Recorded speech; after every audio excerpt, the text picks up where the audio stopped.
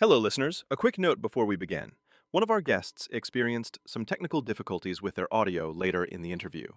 We apologize for the reduced sound quality and appreciate your understanding as you enjoy the important insights shared in this episode.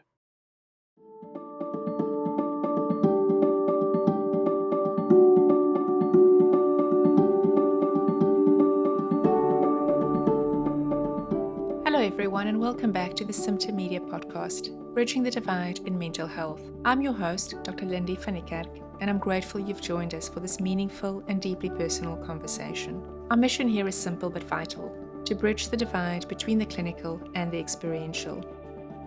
In this final episode, we look at how we can practically build healthy workplaces, organizational cultures and environments that enable us to flourish as individuals and as teams. As healthcare professionals, we spend countless hours at work, and those same settings often contribute to our distress. Yet, as you will hear from 3 inspiring guests today, it is possible to create positive organizational cultures and environments that foster increased productivity, greater work satisfaction, and supportive relationships. We all have a role in creating workplaces where we don't just survive, we thrive. Dr. Kim Garver is a physician leader and coach and the founder of Empower-D Coaching. Drawing on decades in academic medicine and first-hand experience with burnout, stress, and life transitions, she helps physicians and teams create sustainable, people-first workplaces.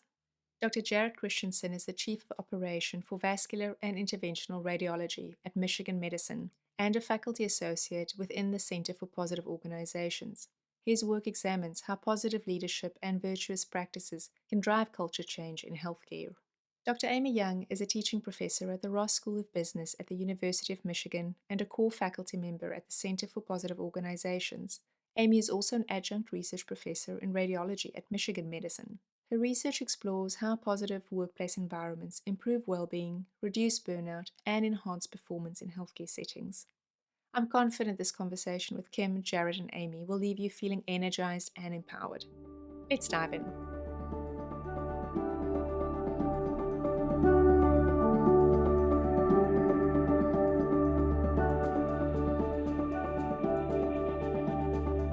Amy, Kim, Jared, welcome to the podcast. I'm really delighted that you're joining us today.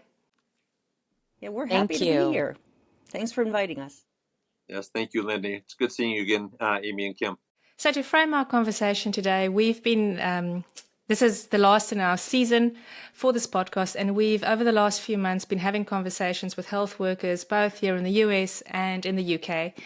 And 3 things that just really struck me from these conversations. The first is how much health workers care about what they do. They genuinely care.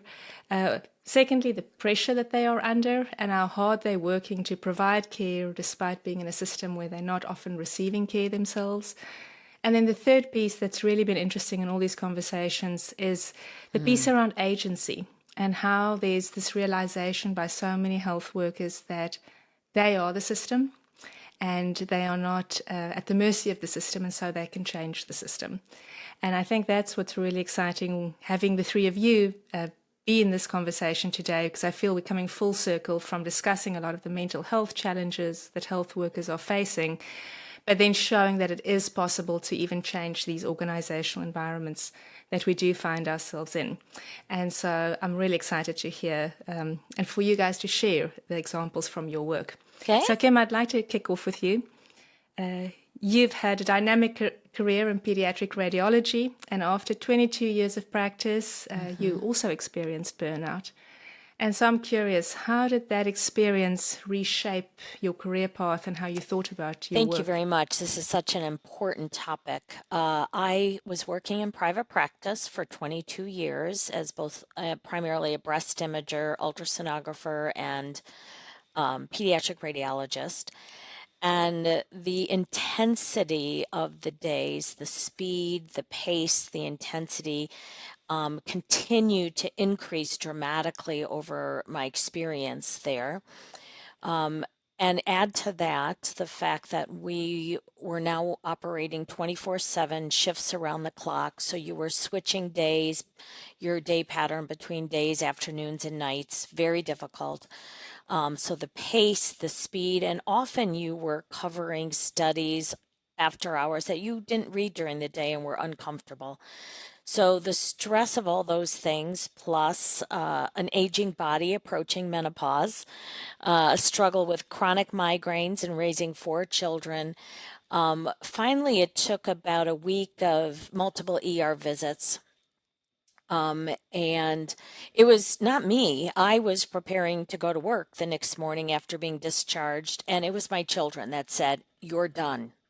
No more. We're going to lose you." And it was a real wake up call when they just finally made the call that you just can't keep going like this. So I was lucky. I had an opportunity to change career paths, and I was able to come back to the University of Michigan where I'd done my training and some of my initial work. And I had the privilege of being the first radiology director at an offsite about 30 minutes from our major hub. So it was away from the complexity of a large academic practice. And I was just so excited to go up there, develop a new opportunity. And shortly after doing that, I was asked to come down and create a position called Department Life and Culture, where we would focus on the health and well-being of the 1,400 people in the department. So that just gave us an incredible opportunity to do some really innovative things. Unbeknownst to any of us, it was 2 months before COVID hit. So all of a sudden, I reached out to my dear friend Amy at the business school and said, "Help, how do you do this?" I went to a business conference there, and then we got Jared in because he's another one of us. We call ourselves the culture junkies, and we just all have a passion for this work. And the three of us have been a team ever since, creating change within our organization and helping to improve the lives of our people at work. Well, it sounds like your children didn't just save your life, but likely the lives of the 1,400 people that you've been caring for as well. Right, right. Yeah, we're not good at taking care of ourselves. No, that has been a common thread Right. throughout all our conversations.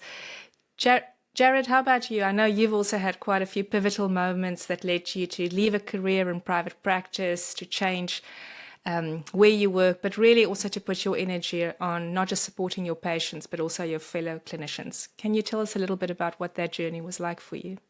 Yeah, absolutely. And again, thank you for asking it. As you said, I've had a number of pivotal moments in my career that have led me to where I am today. And shortly after my residency, I was in a private practice in Oregon, Southwest Oregon, and was thriving there, was really enjoying my time there. But I was affiliated with a number of different hospital systems, etc. And one of my good friends, another practitioner there, was there. He was one of the interventional radiologists, and he was just not happy. He had had a number of experiences that had really jaded him and was very burnt out. Just kind of a lot like what Kim had said, was not feeling very well, had had multiple episodes where he, had presented with some health problems. And one of those times was that he came in to me at the end of a weekend and said, "Hey, Jared, I was shoveling snow up at the scout camp over the weekend, and I had some blood in my urine.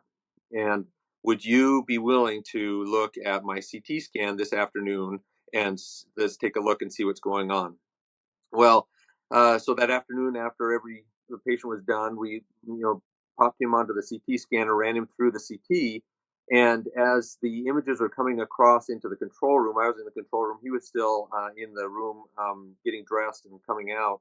I could tell that he had an invasive urothelial or urinary cancer in his bladder, and he came out and his wife was there, and all I could think of was, "Oh crap, this is a very challenging thing for him."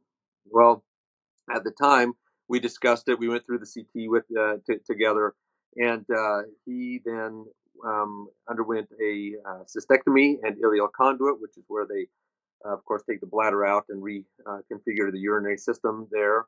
And a few weeks later, I got a phone call from the president of my group saying that he had passed away, and had passed away suddenly, unfortunately, from a large pulmonary embolus in the postoperative period. Well, I knew that he had been unhappy for many months, even years, at that point, and had really died in the saddle as a very unhappy person. And I realized at that point, you know what, I am not going to stay in a position where I am also becoming unhappy. And so that made me go back into an additional fellowship. I went in and did another fellowship down at MD Anderson in Texas, and then came back out into another private practice in Denver, and had another pivotal moment where I had one of my friends and fellow practitioners who was in the room next to me on many days, who unfortunately, unbeknownst to us, was really struggling with major depression and committed suicide. And I remember that day again, my practice partner called me up and said, "Hey, so and so has committed suicide, passed away last night with us." Well, this was again very impactful to me because, like Kim, I was in a high volume radiology practice. We had to, it was click, click, click, stay in your own little room and just dig through the day as hard as you could. And so even though this friend of mine had been in a room next to me many times, I had not even been able to see that he was struggling with this burnout and challenges there. So I realized at that point that I needed to make a change, that I needed to figure out a way that I could connect with the people around me. And what I did was I realized that my passion was for taking care of all of the people around me. I love taking care of patients, but I especially love taking care of my team. And that's the technologists, that's the nurses, that's the staff, that's the other faculty, that's all of the people around me. And so I started looking, and that's what brought me here to the University of Michigan, where there was an opportunity to join an organization and a department that was focused on taking care of people. Our department chair here is very, very engaged in that and passionate about that. And he sold me on coming back. And now I have, over the last 5 years, worked with Amy and Kim in developing a flourishing organization, and I love it. So do we. And what a privilege it is to be able to care about our staff as well. And I kind of resonate with your journey, both Jared and Kim, because I think I quickly realized in my medical career, I cared more about the people who I was working with day to day than just the patients. And no one really is there to look after them. And so it is very rewarding to be able to give them the care as well, and ourselves at the same time. Amy, I'd like to ask you as well. So throughout this podcast series, we've heard, like Kim and Jared, countless stories of health environments that are just not causing people to flourish, where mental health is the only thing, or mental health challenges are flourishing, but not people themselves. Incivility is common, burnout is widespread, the resilience of people are generally low. And you've really studied these dynamics through a psychology and an organizational lens. What inspired you to want to collaborate with people like Kim and Jared and look specifically at healthcare organizations? Yeah, that's a great question. So I will say, originally I got interested in this area. I just was a research psychologist, but when I realized that if you change an organization, you impact so many people's lives. And it was a way to sort of, up the impact, right? So that's really how I got involved with it, and really involved with the Center for Positive Organizations, just because it is housed at the Ross School of Business. And so I was exposed to it. I was very, very lucky to be where I am. But I would say with this particular project, it really was when I met the chair of their department. I'm really selective in who I work with, because this type of work, it's not necessarily easy, it takes a long time. And if it doesn't work out, people become cynical. And you're just making it harder for the next person to come along. So I'm really very selective on who I work with. And the chair of this department is truly amazing. So that's why I was convinced to work with this department. And then I met Kim and Jared quickly. And I mean, they're so much fun. They are so much fun to work with. I get lifted up every day. So that's how I ended up working with them. It's wonderful to hear. I haven't heard people mentioning fun of working together so far. So that's really great. Kim, you've made mention of the satellite facility that you got a role in at the University of Michigan, and also that this was really a blank slate for you.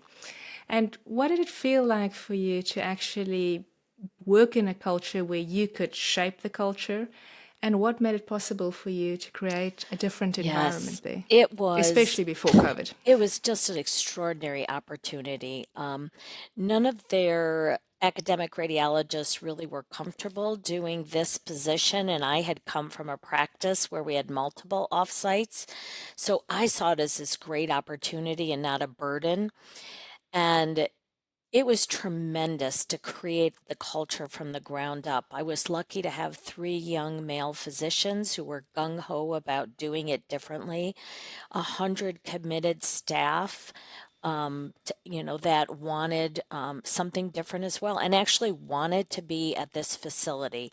So that was a great basis. And then the managing director there was fantastic, is still there, continues to be a force to be reckoned with up there. And we started out with everybody contributes to this team. I think the key was that we flattened the hierarchy of the organization. We took away the silos. We were close and proximate in geographical area with each other, just a couple hallways. So every day I would do walking rounds in the morning and walking rounds in the afternoon, and it would be what we call start human and inhuman. And then we did that with everybody from the janitorial staff to the physicians that were staffing.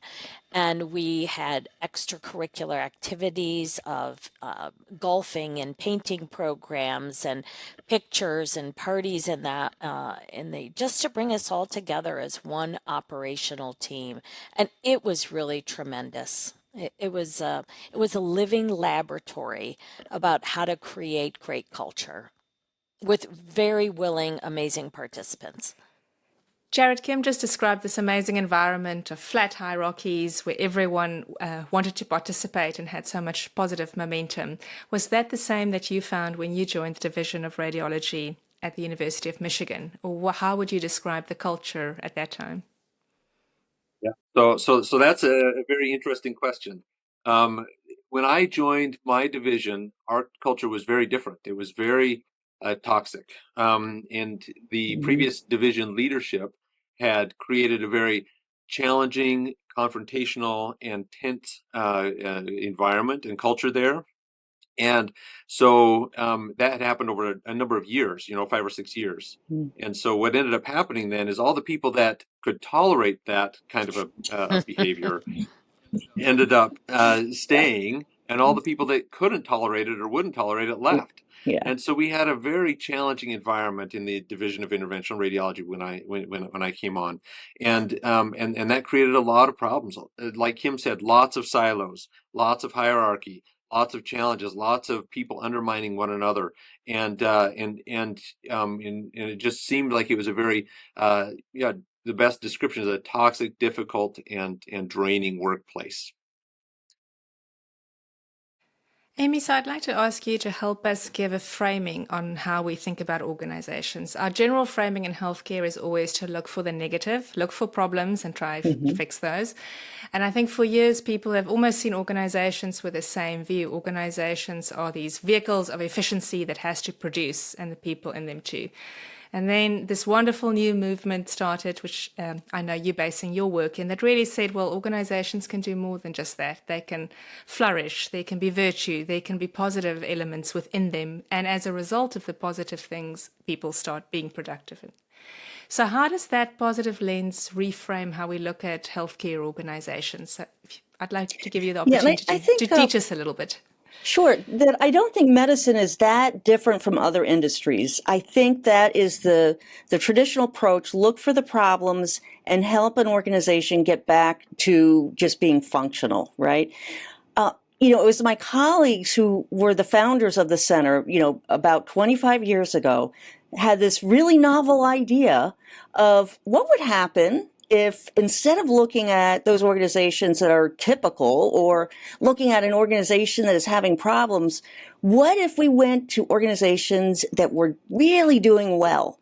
They were very productive. If you're looking at all the different outcomes that you want a company to have, they have that, but they also are great places to work where people are really, physically it supports them, psychologically it supports them, and it also brings out the best of humanity. So, character virtues. They really promote, compassion, kindness, and all that. So they go to the organizations that are really doing well in all three categories, and they study those. And lo and behold, new things came to light. We were not learning the old things. And so I think the lesson there is really what takes us from a failing organization to a functional organization. That's not going to get you to flourishing.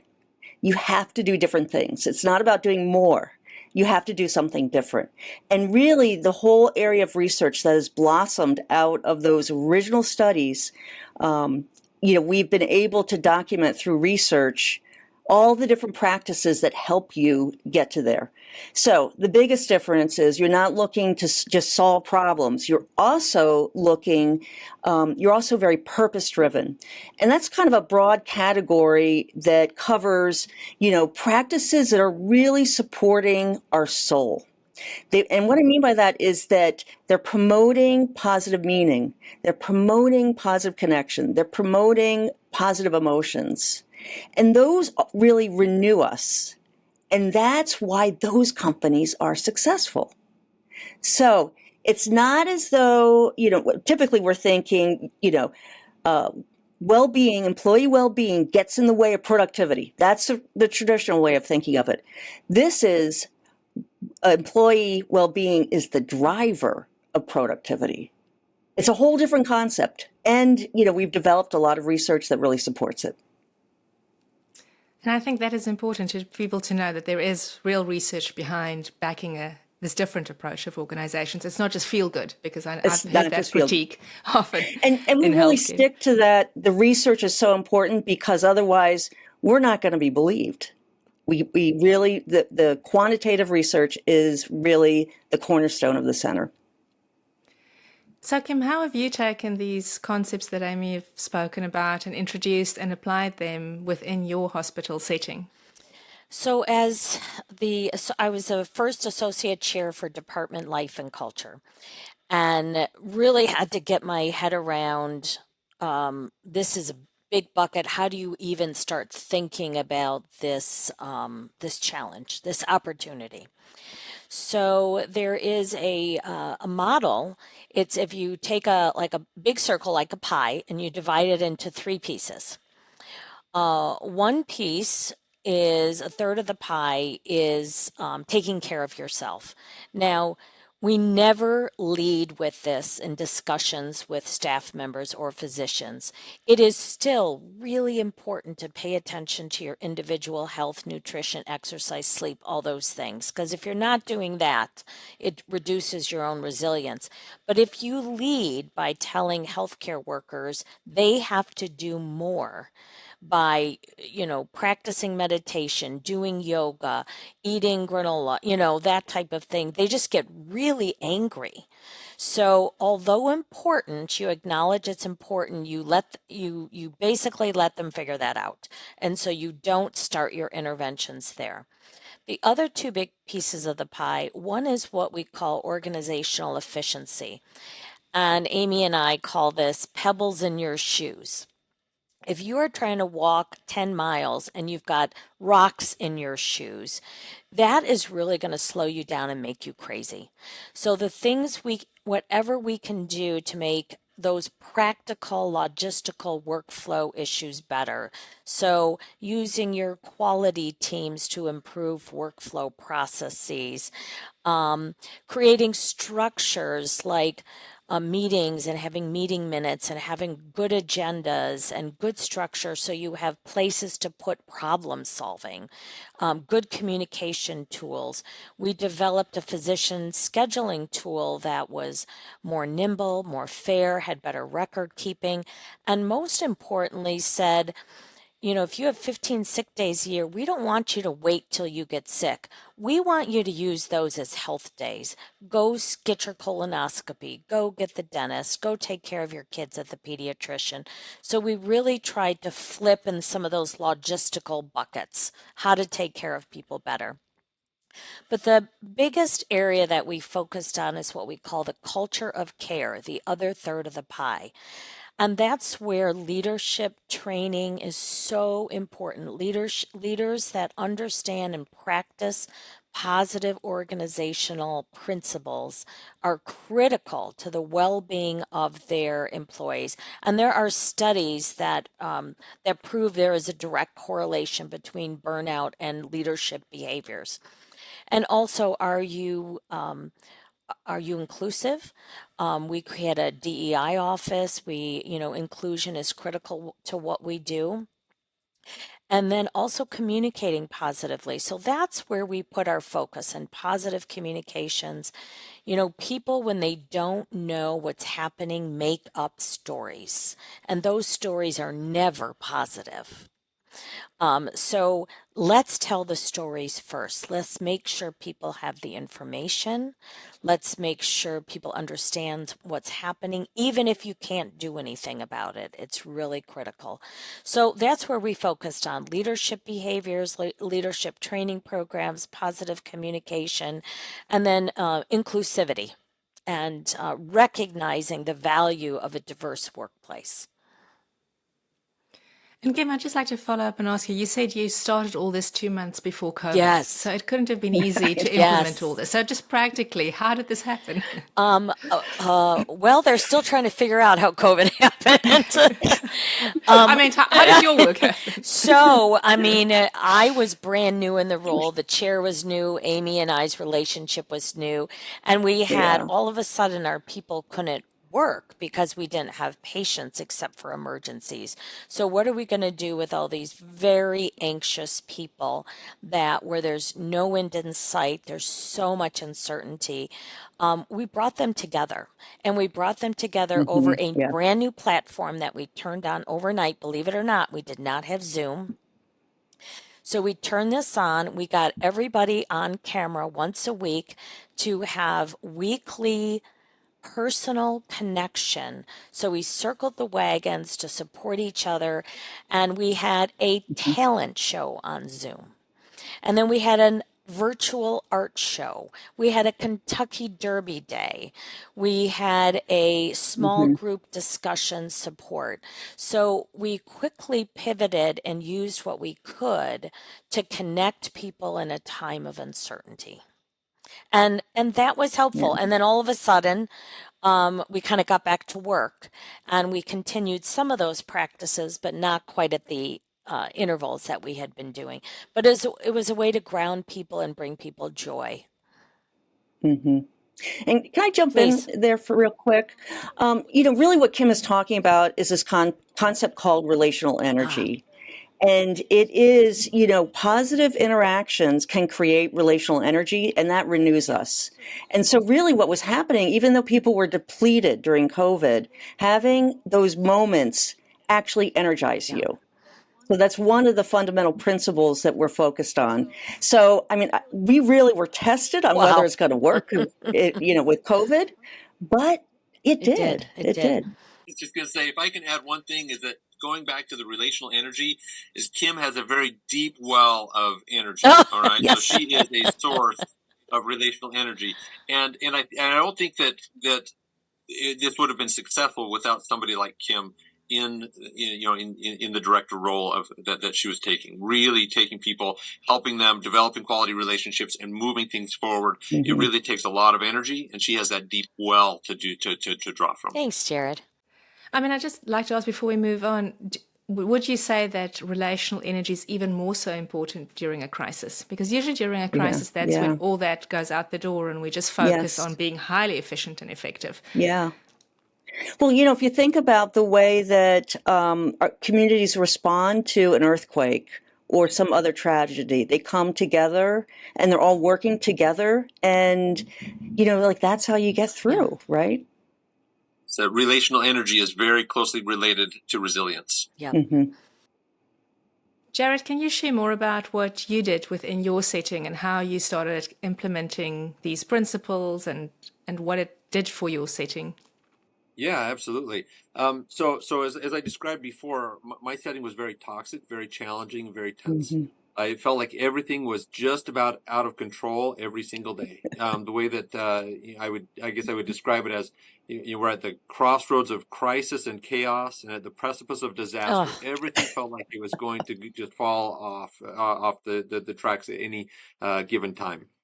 And so what we quickly decided to do was we needed to figure out what tools did we need to use to help us to bring everybody back from the brink. And so what I did with Amy is I created a survey. We created a survey together. We submitted that out to all of the staff and faculty, and we really were very intentional at the questions we asked. We wanted to know how people were feeling, why they were feeling that way. We wanted to know how engaged they were, how they felt at work, and why they felt that way. And so the results of that survey, we got a very high response rate, up in the almost 90% range. So lots and lots of people participated in the survey. And that survey told us that the biggest challenges we had were in our leadership. People didn't trust the leadership. They felt like the leadership was dishonest. They felt like the leadership was not sharing with them the things that needed to be shared. They felt like the leadership wasn't focused on what needed to be focused on. And so what we elected to do was really then focus closely on the positive leadership principles that Amy and the Center for Positive Organizations has developed and espoused. And those are things like character attributes of leaders, right? Honesty, transparency, empathy. Those are things that were really important to us. And so we ended up needing to reconfigure our leadership team because we needed the right people in the right place. And so we brought in an additional leadership team, or a new leadership team. We reconfigured our entire leadership team and brought in people, and then we aligned that leadership team. And we spent many weeks just as a leadership team coming together and deciding these are the rules that we're going to play by. We're not going to allow silos in our unit. We are all going to be aligned. We're not going to allow people to create conflict between these different job responsibilities and job classes. That, for example, if a technologist came to me, I am not the leader of the technologists. I am the leader of the physicians, right? And so if a technologist came to me with a problem, I would point them back to their leader, and that we would do that all with the technologists, with the nurses, with the administrators, and with all of the different leadership roles that we had. We instituted a leadership meeting that we continue to have every Wednesday morning. And in that meeting, that is the meeting where we can really hash out all of the difficulties, all the challenges, all the good things, as well as the bad things that are happening. And we do that. And then we are very intentional about leaving that meeting aligned with one another. If there's anything that comes up, we discuss it first before communicating it to the teams. And then we are very transparent and very honest and open with our teams. We share. And in that way, we were then able to develop trust in our leadership teams. And then we were able to start making the changes that were needed in the organization, in the system itself, to flatten the hierarchy, bring people together, decrease the silos, make some impactful change that then allowed us now to start to move from that failing model of chaos and crisis then to the functional model, where now we're doing pretty good work and we're pretty happy with that and we're working well together. And now we're starting to move towards the flourishing area, where we're now being able to not just do good work and be happy with it, but feel like we are making a big impact for the institution, for the patients that we serve, and for one another. Hey, can I just add one thing about that? Because it seems like it's a small point, but it is really critical. So when we did that survey and we got the results that were it didn't look so good, what we ended up doing, and I say we, I mean Jared, it's sort of like a royal we. Kim and I were actually in Florida, but Jared, and we were online supporting him, but afar. Jared went to the whole unit and really said, here's what we heard. And it was fully transparent. And so then you can have an honest conversation. And that's not easy to do. I mean, Jared, for you to go to that room, and there's really some harsh news. And Kim and I were on Zoom just saying, hey, Jared, we'll support you, but we're from afar. That's how it starts. You have to be really open and courageous as a leader. And if that meeting didn't happen, I don't know whether anyone would have believed that there were going to be changes. Jared, can I ask? I mean, Amy just said, you have to be brave. It is a scary thing as a leader to have to ask people how they're feeling, especially if you're suspecting there's going to be a lot of negative feelings and anger coming out. And how did people react when you walked back into the room and you told them what you've heard? Did it erupt as like an angry mob, or were people quite open? Yeah, so we have about 150 people, and so the responses are all varied, right? I have some that are always angry and always vocal, and I have others that just sit back in the seat and seethe, right? And so we had all of those different reactions at the time. However, once we put the results up on the board, and we're very transparent again about them, so we didn't just do the survey, but we did listening sessions. We wanted to make sure we knew everything that people were heard. It was cathartic for people to be able to say, yes, this is what I've been saying. This is how, this is how our unit is. See, I told you so. And so it was really cathartic for the vast majority of people to be able to see it all in black and white and color up on this board and show them, yes, this is what I feel, and this is why I feel that way. And then we did not make any promises at the meeting. We didn't make any excuses. We were very careful not to make excuses, not to be defensive, that this is why we have to do this. This is what we heard, and we are going to find ways to change. And that was it. And I'm curious, did you involve them in as part of the change, or did you promise that you would change and they just sit back and wait for it? Because that's a common response. My colleagues want someone else to drive the change, the manager, the leader.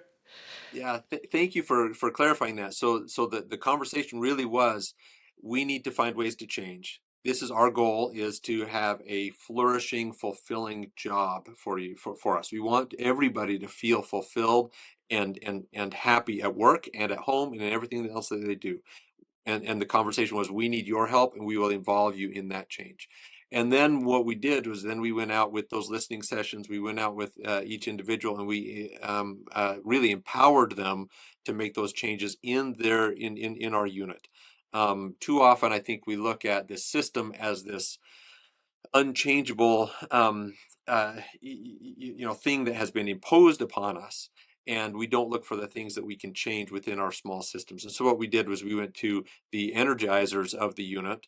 We started looking at how and started incorporating them in some of these change initiatives, and then that really snowballs into a much brighter future. And then they start talking with their peers that, hey, I'm involved in this change initiative. This is what we're thinking. And then that then again starts to spread throughout the team. And it's a bit contagious with that. Amy, could you reflect on both these experiences? I mean, you were involved with Kim, with Jared.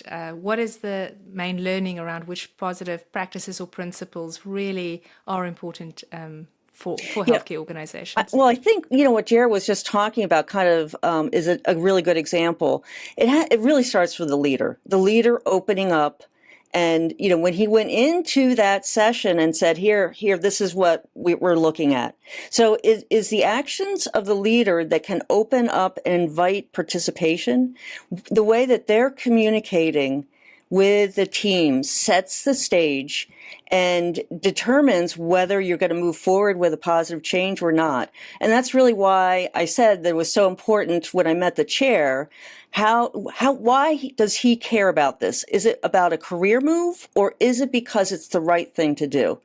And people who make great leaders will say it's the right thing to do because I care about my people. And I do believe that's the very same thing with Jared and Kim.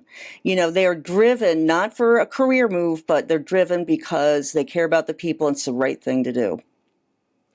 And Amy, we spoke earlier about the importance of relationships, and I heard Kim also mentioning positive communication. And I wonder, can you explain a little bit more what that really means? I don't think many of us know what would positive communication look like within the context of organizations. So there are very specific communication behaviors that you can do that will open up connection, open up meaning, open up positive emotions. And so a simple one is just greeting. When you go down the hall, Do you say hello to people? Do you look people in the eye? Are give them a genuine hello, or do you walk right by them? So what you're doing when you greet is you're recognizing the humanity of the person in front of you. It's a simple act, but it has so much impact on us. When you have someone who gives us a genuine greeting, it actually changes, how you feel inside at a physiological level.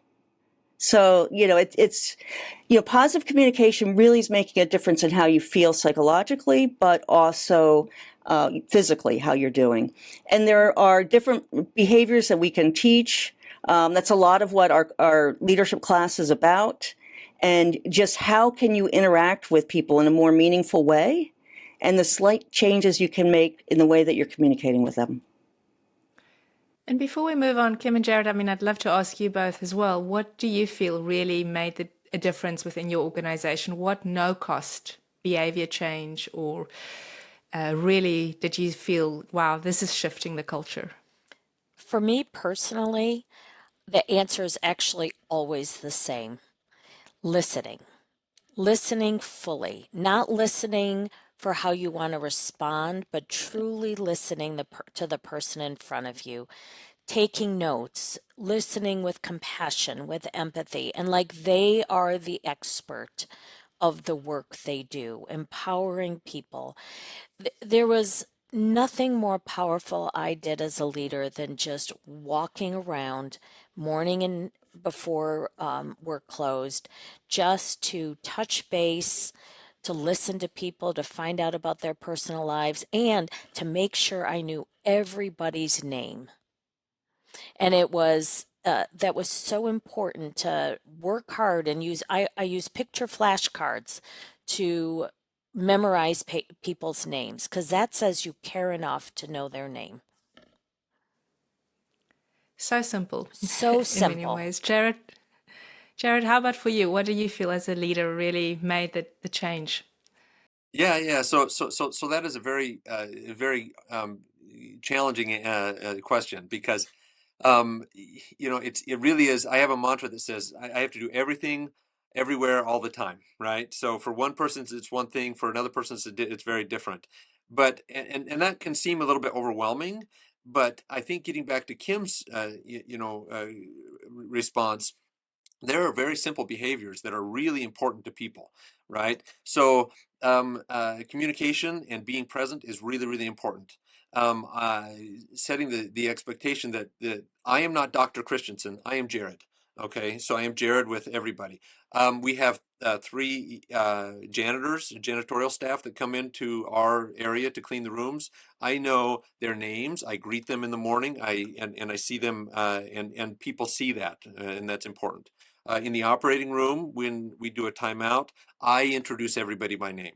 So I say, this is Jess, this is Tiana, this is, John, and I go down that. So I know them personally as individuals, right? So being that kind of a person, being able to be approachable, flattening the hierarchy, and then communicating well with people. And then I think the other thing that was really, really important for us, and for me, was being able to develop high quality relationships with energizing people within the unit. I needed to identify those people who were energizers. Now, when I say energizers, I'm talking about those people that I feel uplifted by, and that other people feel uplifted by, right? Energizers aren't the people that are always hankering for change. They're not the rabble rousers. So you have to be careful that you don't involve those people, because at that point, they're going to get you in trouble. But the energizers are the people that I could connect with, and I have a list of 8 to 10 energizers that I connect with informally very, very frequently, and I just take the pulse. What's going on? How do you feel? How are things going? And those are people who I rely on to help with change, to help me understand how to do better, and to really spread the good news, if you will, throughout the entire division. And I think it's so important that you're sharing these behaviors, which does not cost money. And so often any change effort is, the response that I've gotten in hospitals is, we don't have money, so we can't do this. And I think both of what you're sharing is none of this is costing any extra money to do. So Again, to Kim and Jared, could you tell me a little bit more how you've sustained these efforts? So it's one thing getting them started and then people are getting engaged, but how do you make sure this doesn't just die after a few months, but it keeps building? One thing I wanted to mention as a really important thing, listening with compassion and empathy, kind of on the other side of that is courage. Courage to absolutely not tell the gory truth, but to be transparent about what you can be transparent about. Of course, you never want to expose confidential information. To be transparent, to be courageous to hear negative feedback and to take it as a gift, and to practice taking negative feedback as a gift. And then also to be courageous when you have one or two people within the unit, and that's all it takes to make the unit feel toxic. You have to deal with that head on. You cannot let somebody else do that. And when you become a new leader somewhere, you have to deal with that out of the gate, because everybody's looking to see if you're going to be courageous, or you're going to let those people get away with continued negative behaviors. So you may have to be a little tough to start, and then you can always soften, but you really need to have people understand there is a new sheriff in town, and we will treat each other from now on respectfully and appropriately.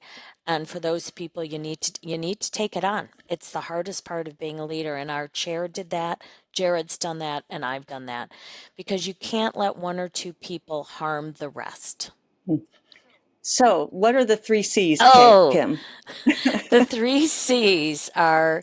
This is how you do this is where, this is the implementation of that. So the first is coach. People don't show up wanting to do stupid things or harmful things. So you really try to coach, find out what is the issue, send people to counseling, send people to coaching, of course, work with people to do anything possible. But sometimes that's not going to work. And when that doesn't work, then you contain. So you try to, again, create an opportunity for that person to continue practicing in a way that doesn't hurt other people. Either take them away from patients or colleagues, or have them do something meaningful and important, but just limit the damage. And then the third thing, if all else fails, is to collect your things and be courageous about that. And of course, follow all the rules and the HR principles, but sometimes you have to, it's expensive. There can be lawsuits, but you still have to do it. It's what people are looking for when a leader steps in the room.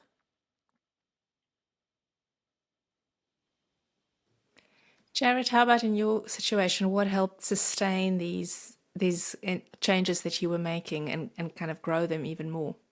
Yeah, so I don't think the University of Michigan is unusual in the glacial pace of change that we have. Right? So sustaining change is difficult when it takes a long time to implement it.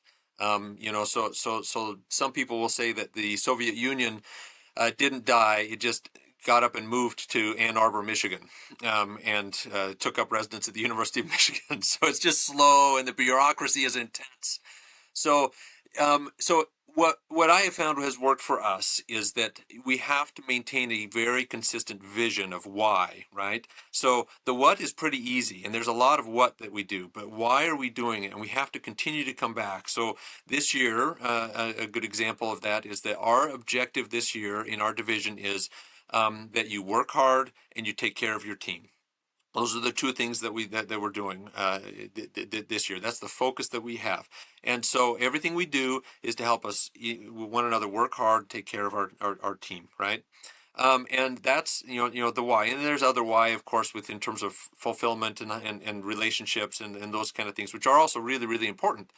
But what we are able to do then is maintain that as at the forefront of this is why we're doing what we're doing, because when change takes a long time, changes start to stack up.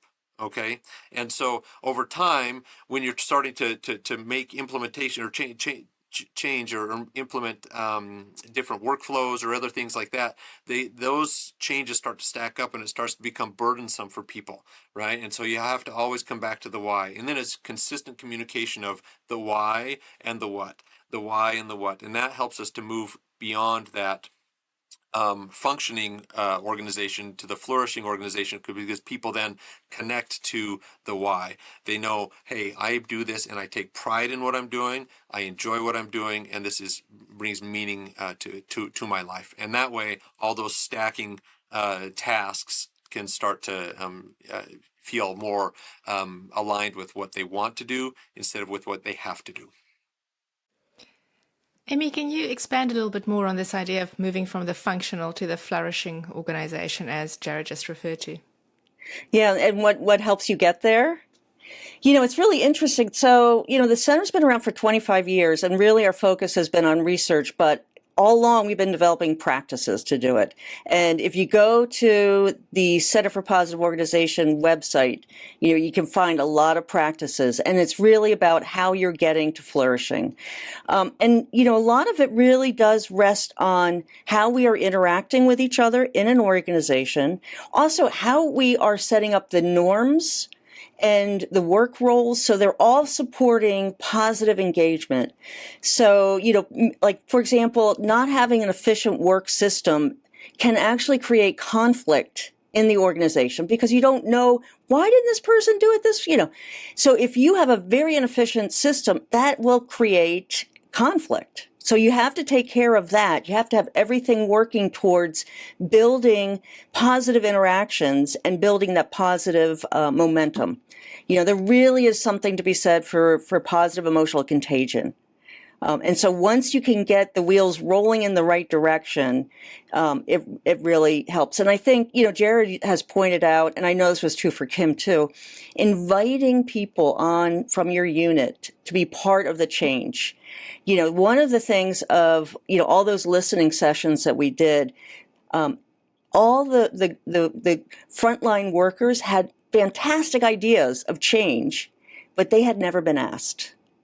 And the idea that you're just asking them, but also inviting them to be part of the solution really does make a difference. So all of those things are really helpful.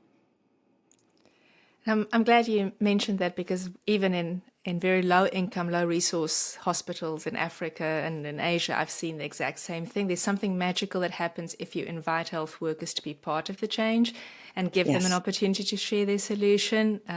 Where that extra energy comes from, I don't know, but they will go above and beyond to be able to make a contribution and not be left on the sidelines. And so I think that's really beautiful. Well, we actually have a term for that. It's called discretionary energy. And this is something that one of the founders of the center really studied for a while, Robert Quinn. And the idea is that we actually have more energy to give, but we have to have a good enough reason. And leaders who have amazing cultures are creating a reason for people to bring that extra energy because they really do want to be part of the solution. Kim, you look like you wanted to add to that. One of the things that we've talked about is when people don't answer surveys. Organizations are constantly surveying their people. And this is a really great learning or teaching tool from Jared. People do not have survey fatigue. The kind of fatigue they have is inaction fatigue. And they get frustrated by the fact that nothing ever changes. So why should I bother contributing to this survey? And I think one of the important things that goes back to creating a positive culture is being accountable to your people, to getting things done. And on top of virtuous practices and positive relationships, people have to see things changing. And you can start with small, but you have to celebrate wins. And it's actually pretty easy to do. You make sure you have the meeting structures in place, you have recorded notes, you have a project management system, there's accountability to the team, and then most importantly, you need to find your person that will act as a dog with a bone. It's the most important. You find somebody absolutely committed to this, not because it's their job, but because they believe in it. And you have to empower that person. And if you find that person and give them the right resources and the follow up and the structure and the accountability, things will happen. And then that becomes contagious when people see things actually happening. And then you celebrate it because it's a big deal. But accountability is really important. And I just like to add one thing, like for both of the units that they're in, we would pick one thing that's getting to flourishing and one thing that's getting from failing to functional. Because if we were not doing that, it's as though we were not listening to them. And so the two of them work together. So the flourishing part is helping you create that energy to fix the problems. So it's really important that you're doing both at the same time. Jared, how did that work within your context? How have you I like the word contagious that was used. How have you used the sense of contagious and getting this to spread beyond just an immediate team, but maybe to a broader group of people? Yeah. So again, we really that those relational networks. I'm going to get closer again. So,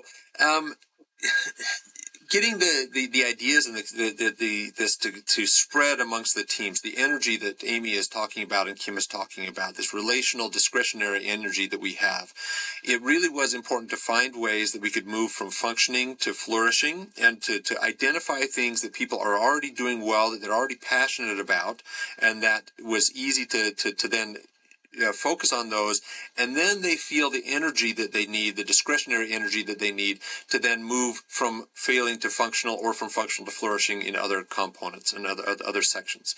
And so that's really important. It's important as a leader who is trusted to then call that out and to allow people to succeed, and then not to allow people to succeed, but to empower them to succeed, right? And then to help them to feel that discretionary energy. And you can find pockets of people within your division or organization that are flourishing and do things exceptionally well, and you can use that to spread the discretionary energy to other people and pockets within the organization. So that's how I've really utilized that. Is you use the relationships that you have, you use the things that people are doing well. Like Amy said, you find the function, find the things where people are flourishing, and that gives people the discretionary energy that they need then to move forward. And there really is a cycle that that I think is kind of this cycle that moves upward and forward. Now, that doesn't mean that you don't ever fall back, right? Because organizations, especially healthcare organizations, have a tendency to focus on functioning, right? I mean, we have all these JCO requirements and all of our accreditation and all this other stuff that we have to do. That's just functioning.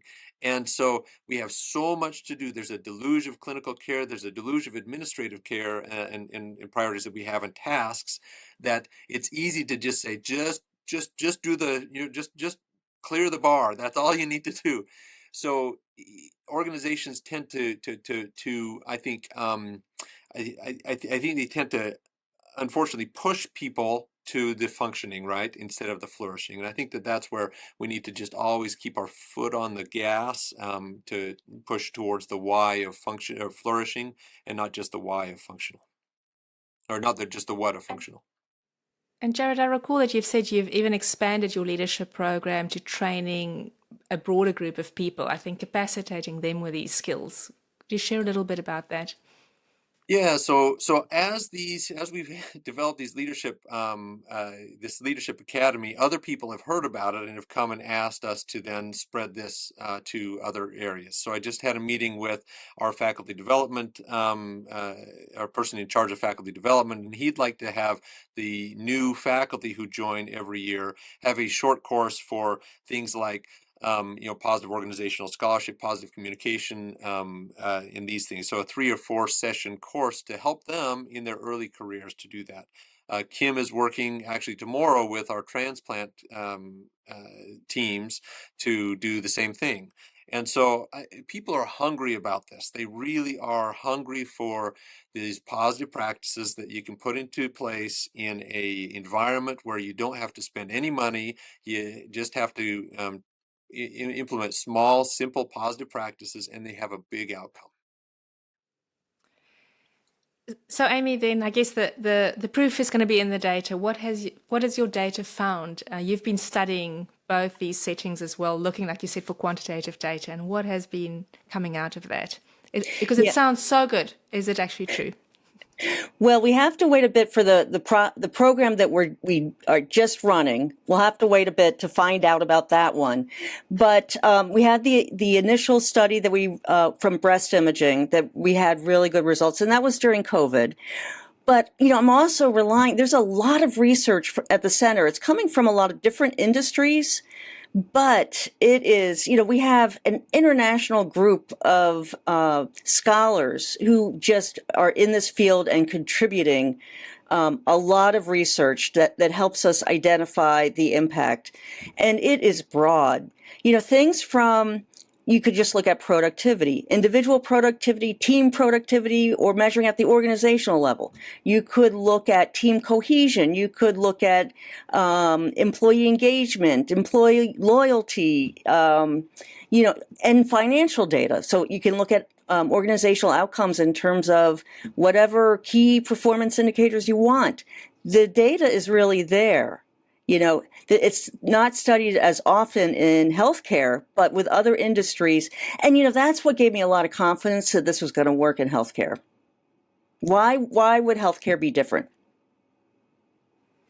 Kim and Jared, based on what Amy said, what do you feel for yourselves personally? I mean, you started the conversation explaining your own journeys coming into this work, having experienced burnout, seeing colleagues really struggle with suicide. And what makes this meaningful to you based on the changes that you're seeing around you? How do you know, your efforts are having an impact?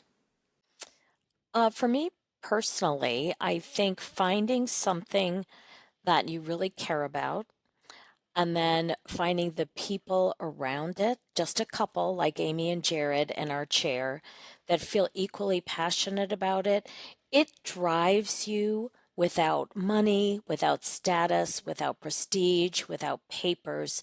When you find like-minded people and you want to make an impact on that, it's just so powerful and it's energizing. And I think the other thing is to remember in big systems like ours, it's easy to get overwhelmed and throw up your hands, but small is all.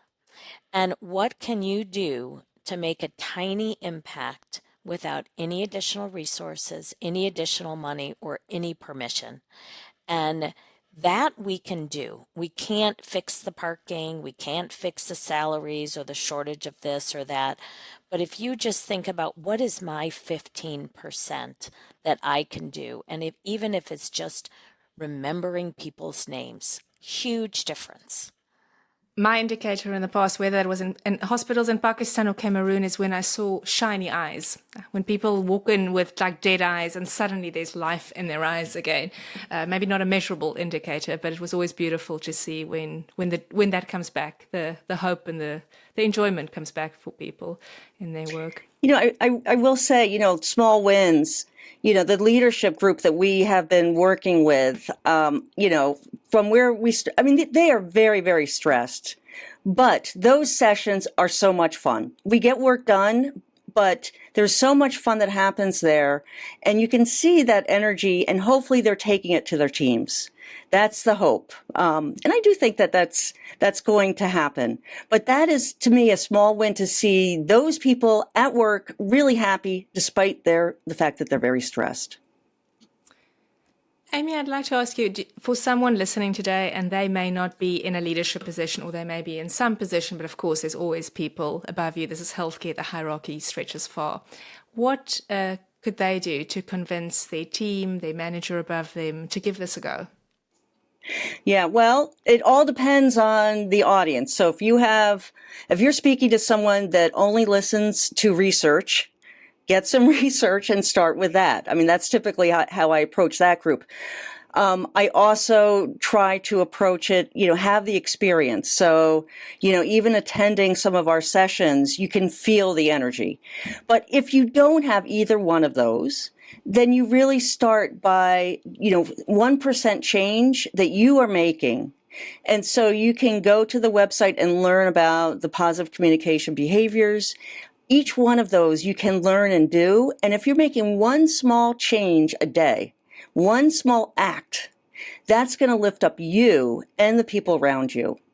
I really like that. One small change. Kim, Jared, what would you advise, or kind of helpful guidance could you give to health workers who's feeling stuck, who want to see something shift within their organizations? I think it's just like when you board an airplane and you're taught you got to know how to put your own oxygen mask on first. I think that self-care is really important, even though we don't tend to talk about it because it makes people feel responsible. But find your passion, but also find a way to successfully say no in a way that you can be comfortable with to save yourself. Sometimes you just gotta hunker down, find a bunker, and survive for a while. So having a good strategy to say no and say, like, maybe it sounds great, maybe just not right now. But so self-care, a healthy no, and then find your peeps, find your passion, and find your people. And if you can do that, you can do just about anything.